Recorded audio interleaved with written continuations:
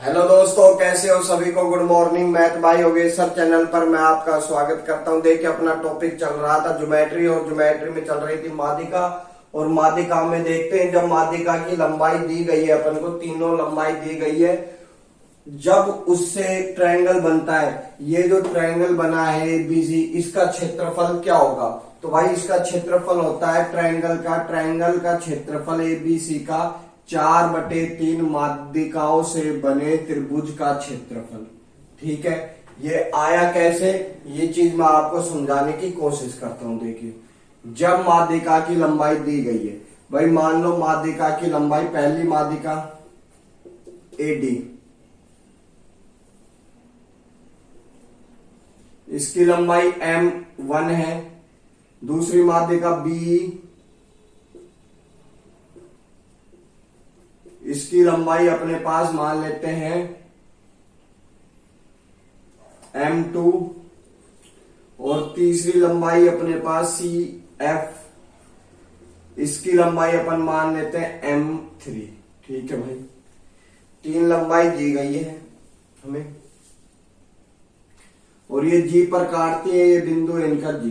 ठीक है, तो माध्यिकाओं से बने त्रिभुज का क्षेत्रफल ज्ञात करना है।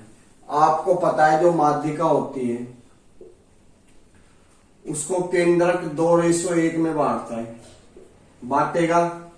तो इसकी लंबाई क्या होगी, इसकी लंबाई होगी M1 × 2/3। ठीक, इसकी लंबाई कितनी होगी मेरे भाई, इसकी लंबाई होगी M2/2/3। ठीक, इस वाले पार्ट की लंबाई क्या होगी, इस वाले पार्ट की लंबाई होगी M1/3। इस वाले पार्ट की लंबाई क्या होगी M3 × 2/3। और इस वाले पार्ट की लंबाई क्या होगी M2/3। इस वाले पार्ट की लंबाई क्या होगी M3/3। ठीक है, आगे बात समझ में। भाई ये 2 है तो ये 1 है, ये 2 है तो ये 1 है, ये 2 है तो ये 1 है। ठीक, ये M3 है, यानी ये वाली लंबाई। ठीक मेरे भाई, अब ये आया कैसे, देखिए मैं समझाने की कोशिश करता हूं, आपको समझने की कोशिश कीजिए आप।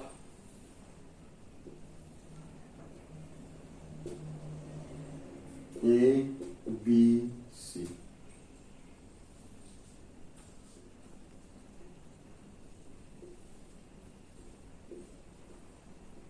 ये एक ट्रायंगल लिया है अपन ने, इसमें माध्यिका ली है।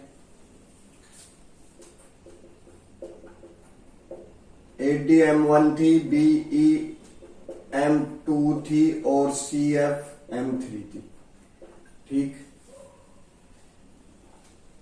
ठीक है, देखिए ये जी पर मिलती है। सबसे पहले क्या की हमने की, रचना की, तो AD के बराबर एक लाइन खींच दी GH यहां, और इसको यहां मिला दिया और इसको यहां मिला दिया। ठीक है, तो ये जो ट्रायंगल बना है ना, ये वाला पूरा AHC, और ये G और ये E। ठीक है, आपको एक चीज पता है, माध्यिका जो होती है वो सामने वाली भुजा को 2 समान पार्ट्स में बांटती है, यानी ये इसका मिड पॉइंट है। और AG और GH क्या है, दोनों इक्वल है, यानी ये भी इसका मिड पॉइंट है। तो आपको पता है कि ट्रायंगल की मिड पॉइंट की भुजा को मिलाने वाली रेखा तीसरी भुजा से हमेशा समांतर होती है। ये चीज मैं आपको समझाऊंगा भाई समरूपता में। ठीक है, तो ये जो साइड है ना, ये साइड, ये वाली साइड इसके समांतर होगी, और जब इसी के समांतर होगी तो ये साइड इसी का भाग है भाई BG, तो ये वाली साइड इसके समांतर होगी। ठीक है, जब इसके समांतर होगी तो आपको पता है एक चीज, इस वाली साइड का मान कितना था मेरे वाली साइड, यानी BG की वैल्यू कितनी थी M2 × इंटू 2/3। तो यहां कितना आएगा m2 इंटू 2/3। ठीक है, ठीक है। आपको पता है ये वाली साइड AG के इक्वल है, तो AG का मान क्या था m1 इंटू 2/3। ठीक ठीक। इसी प्रकार ये ट्रायंगल बन रहा है, ये जो ट्रायंगल बन रहा है इसमें ये इसका मिड पॉइंट है, यानी ये समांतर है दोनों। और जब ये समांतर है तो मेरे भाई ये वाली साइड भी इसके समांतर होगी कि नहीं होगी? आप कहोगे सर बिल्कुल होगी, तो बिल्कुल होगी। तो ये वाली साइड की वैल्यू क्या दे रखी है हमारे पास? इस वाली साइड की एफसी की दे रखी है m3 इंटू 2/3। ठीक है। और BG की वैल्यू कितनी है? BG की वैल्यू दे रखी है भाई हमें m2/2/3। आ गई बात समझ में? आ गई तो चलो मैं अब इसको मिटा देता हूं। हटाते हैं मेरे भाई, इस ट्रायंगल की बात होगी। अब बात होगी ये वाले ट्रायंगल की।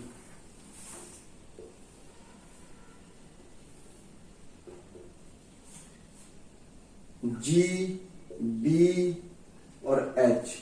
एक साइड तो ये दे रखी है, एक साइड क्या थी भाई इसमें? ये वाली साइड थी m1 इंटू 2/3। तो ये कितना होगा m1 इंटू 2/3। ठीक है। ये वाली साइड कितनी हो गई भाई? ये वाली साइड हो गई m2 इंटू 2/3। ठीक है। यानी इस वाले ट्रायंगल की साइड आ गई पूरी अपने पास, ये वाले ट्रायंगल की, इसको कोई मतलब नहीं है। ठीक है। मैंने आपको एक बात बताई थी ट्रायंगल में कि माध्यिका, तीनों माध्यिकाएं ट्रायंगल के क्षेत्रफल को समान रेशियो में बांटती है, यानी 6 पार्ट्स में बांटेंगी। 1 1 1 1 1 और ये 1 और ये भी 1 और ये भी 1। क्यों ये जो होगा ना, ये 1 1 क्यों आया भाई? ये 1 1 इसलिए आया क्योंकि ये एक समांतर चतुर्भुज है BGCH, और समांतर चतुर्भुज में उसके विकर्ण उसको 2 पार्ट्स में इक्वल में डिवाइड करते हैं, यानी ये 1 है तो ये भी 1 है, ये भी 1 है, ये भी 1 है। ठीक है। तो आप देखोगे BGH का क्षेत्रफल 2 है। ठीक है। और इस पूरे ट्रायंगल का क्षेत्रफल कितना है मेरे भाई? पूरे ट्रायंगल का क्षेत्रफल कितना है? पूरे ट्रायंगल का क्षेत्रफल हमारे पास है 6। ठीक है। ABC का क्षेत्रफल कितना है भाई? Total 6 unit. और ट्रायंगल BGH का क्षेत्रफल कितना है भाई? 2 यूनिट। अब इसको 6 बनाने के लिए क्या करना पड़ेगा? इसको मल्टीप्लाई करना पड़ेगा भाई 3 से, 6 बन जाएगा। अब ये इसके इक्वल हो गया तो अब हमें फाइंड करना है BGH का क्षेत्रफल। ठीक है। ये 3 है और माध्यिकाओं से बने त्रिभुज का क्षेत्रफल अब हमें फाइंड करना है। देखिए हीरोन्स फॉर्मूला का यूज करते हैं मेरे भाई। ठीक।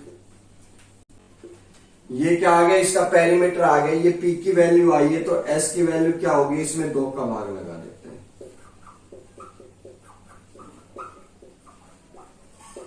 2 का भाग दिया तो S की वैल्यू आ गई। S की वैल्यू आ गई तो इसको अपन बोल सकते हैं SM बराबर हमारे पास ये आ गया, ये पूरा।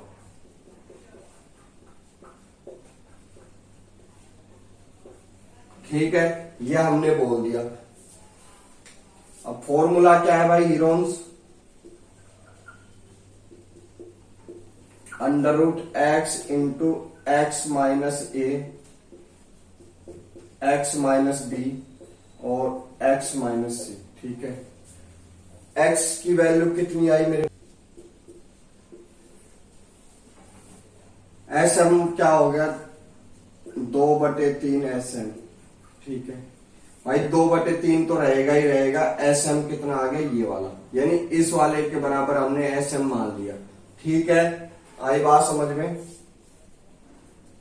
यहाँ कितना आया 2/3 एस एम माइनस ए क्या है भाई, ये वाली साइड, कोई भी साइड आप ले सकते हो, m1 इंटू 2/3, ठीक है।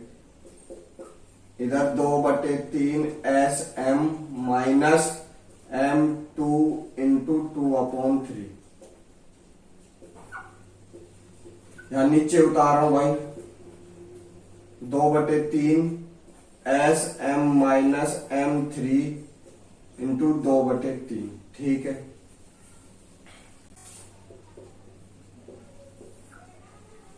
देखिए भाई 2/3 तो पहले से ही है इसमें,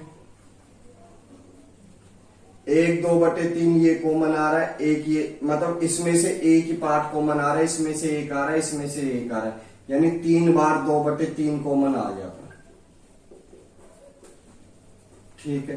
अंदर क्या बच गया, S M minus m1 S M minus m2 S M minus m3 आ जाता है, 2/3 ये बाहर, 2/3 ये बाहर। अब अंदर क्या बच गया, खाली एस एम, ठीक है।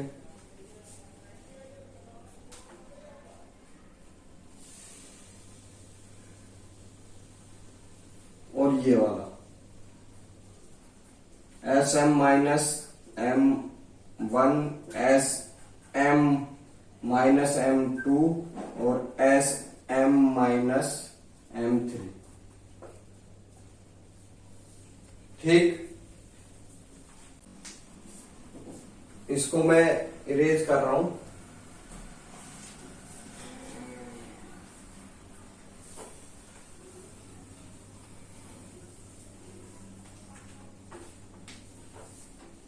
तो क्या आ गया मेरे भाई,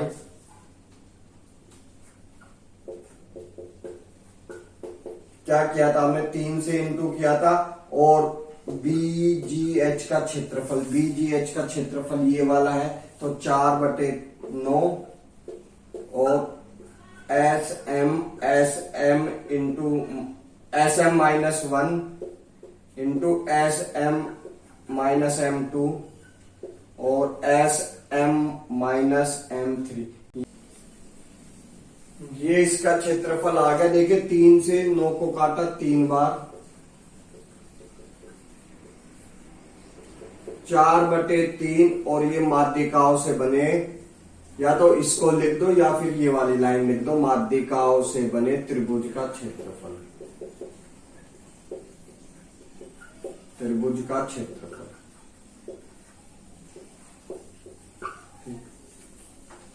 तो इस पे बेस क्वेश्चन कैसे पूछेगा, देखिए भाई एक ट्रायंगल दे देगा आपको ABC, इसका एरिया पूछेगा और माध्यिका की लंबाई दी होगी ADB और CF कितना होगा मेरे भाई 17, ठीक। तो एरिया क्या होता है 4/3, हीरोन्स फॉर्मूला लगाते हैं, √x into x minus a x minus b और x माइनस c, सारे इंटू में दोस्त, ये a ये b ये c है ना। क्या आएगा, पहले s का मान क्या आएगा, s का मान आएगा सेमी पेरीमीटर, जोड़ दिया 8 और 3 और 4 यानी 48, 2 से डिवाइड किया 24, अब वैल्यू डाल देते हैं, 24 इंटू 24 माइनस 10, 24 माइनस 17, 24 माइनस 21, और सारे इंटू में दोस्त, फैक्टर किए, यहां कितना बचेगा 14, 14 के फैक्टर 7 और 2, यहां कितना बचा 7 और यहां 3। देखिए आपको पता है अंडर रूट में कोई 2 नंबर इक्वल होते हैं तो एक बाहर आ जाता है, देखिए 6 बाहर आ गया, एक 7 बाहर आ गया और 4 का 2 बाहर आ गया, ये 2 बार का था, ठीक है। ये 8 आ गया और ये 14 आ गया, 14 8 112 सेंटीमीटर स्क्वायर इसका एरिया आ गया इस एंगल का, ठीक है। इस ट्रायंगल का एरिया आ गया 112 सेंटीमीटर स्क्वायर। ठीक, अगला पॉइंट होगा कि दो माध्यिकाएं एक दूसरे को समकोण पर काटते हैं। ये कोई ट्रायंगल है, इसकी दो माध्यिकाएं एक दूसरे को समकोण पर काट रही है, यानी 90 पर काट रही है मेरे भाई। तो इस पे बेस क्वेश्चन कैसे आता है, ए बी का स्क्वायर। तो देखिए इसको जब सोल्व करते हैं ये प्रॉपर्टी निकल के आती है, ए बी का स्क्वायर प्लस ए सी का स्क्वायर इक्वल होता है 5 इंटू बी सी का स्क्वायर, यानी बी सी का 5 गुना। ये आया कैसे ये समझाता हूं। देखिए आपको पता है केंद्रक माध्यिका को 2:1 में बांटता है, यानी 2 है ये 2x है तो ये x होगा, ये 2y है तो ये y होगा। ठीक है, ट्रायंगल BGC में स्क्वायर पाइथागोरस का जब यूज किया, BC का स्क्वायर 4x स्क्वायर, यानी इस भुजा का स्क्वायर और इस भुजा का स्क्वायर जमा में 4y स्क्वायर, ये समीकरण फर्स्ट आ गया। इसमें से कॉमन ले लिया 4x स्क्वायर जमा में y स्क्वायर, और ये 4 को यहां भेज दिया। ठीक है, इसी प्रकार एक ये भी ट्रायंगल बन रहा है, ये F पॉइंट है FGB। तो भाई BF को अपन क्या बोल सकते हैं, AB का हाफ। ठीक है, तो इस भुजा का स्क्वायर 4x स्क्वायर, इस भुजा का स्क्वायर जमा में y स्क्वायर बराबर होगा AB बटे 2 का स्क्वायर। क्या आ गया, AB का स्क्वायर बटे 4। ठीक, इसी प्रकार एक ये ट्रायंगल बन रहा है छोटा सा, ये क्या है EGC में क्या आएगा मेरे भाई, इस भुजा का स्क्वायर x स्क्वायर, इस भुजा का स्क्वायर जमा में 4y स्क्वायर इक्वल में होगा AC का स्क्वायर बटे 4, यानी EC को बोलेंगे AC का हाफ।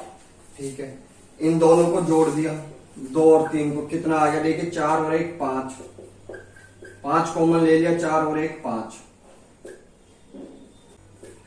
ये AC का स्क्वायर बटे AB का स्क्वायर बटे 4। ठीक है,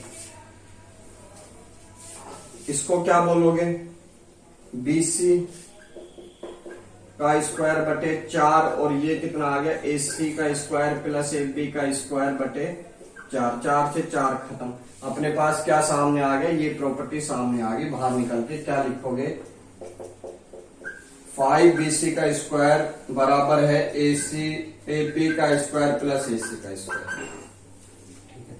क्वेश्चन कैसे आएगा, देखिए ये भुजा मान लेते हैं 8 दे दी, ये 9 दे दी, आपसे BC का मान पूछ लेगा तो क्या लिखोगे भाई। और दो माध्यिकाएं एक दूसरे को समकोण पर काटती हैं, AB यानी 64, AC यानी 81, और ये 5 इंटू BC का स्क्वायर। ठीक है, ये कितने आ गए 65 और 80, 5 और ये 14, इसमें भाग जाएगा 5 का तो कितना आएगा मेरे भाई, BC स्क्वायर बराबर 2 बार भाग गया, 4 बच गए 29, और स्क्वायर है, स्क्वायर हटाओगे रूट लगाओगे, ये कितना आ गया √29 आपका आंसर आ जाएगा। ठीक है, इसमें एक लास्ट पॉइंट और है, वो और देख लेते हैं। एक राइट एंगल ट्रायंगल है, इसमें दो माध्यिकाएं हैं,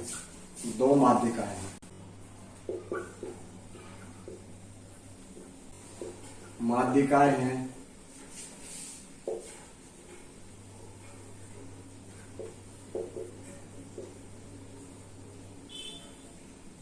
AM और NC। तो इसमें क्या सामने आता है हमारे पास रिजल्ट, इसमें आता है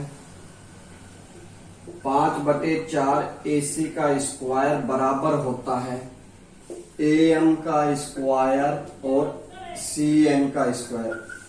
यानी 5/4 AC का स्क्वायर इक्वल होता है दो माध्यिकाओं के वर्गों के योग के बराबर। ठीक है, वो आया कैसे आपको पता है, माध्यिका सामने वाली भुजा को दो समान पार्ट्स में बांटती है, यानी ये A ये B और ये B। ठीक है, तो इस ट्रायंगल की बात कीजिए पहले आप, ट्रायंगल ABC, ये एक राइट एंगल ट्रायंगल है, तो इस भुजा का वर्ग कितना होगा 4A², यानी 1 1 2, 2 का वर्ग 4 और 1 का मतलब है। ठीक है, इस भुजा का B² इक्वल होगा AM के स्क्वायर से। ठीक है, M, ये M है राइट ट्रायंगल। अब इस ट्रायंगल की बात कीजिए, ये भी तो एक राइट एंगल ट्रायंगल बन रहा है, क्या लिखोगे, ट्रायंगल BNC। इस भुजा का वर्ग, इस पूरी भुजा का वर्ग बराबर होगा NC के स्क्वायर से।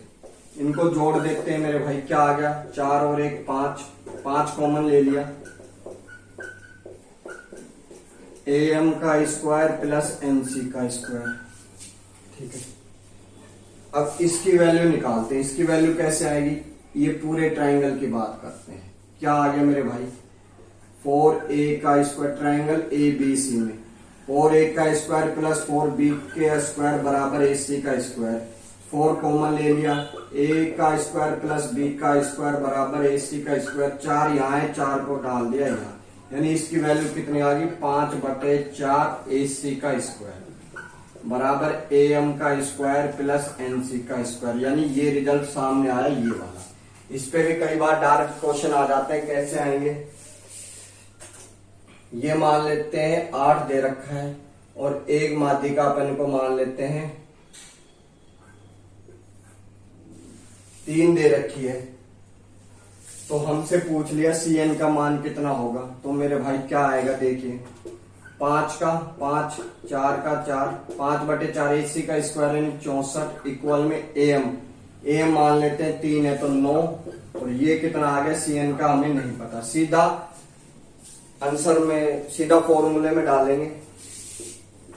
कितनी बार गया 16 बार, ये कितने आ गए 80 माइनस 9 और ये CN का स्क्वायर, ये कितना बचा मेरे भाई 71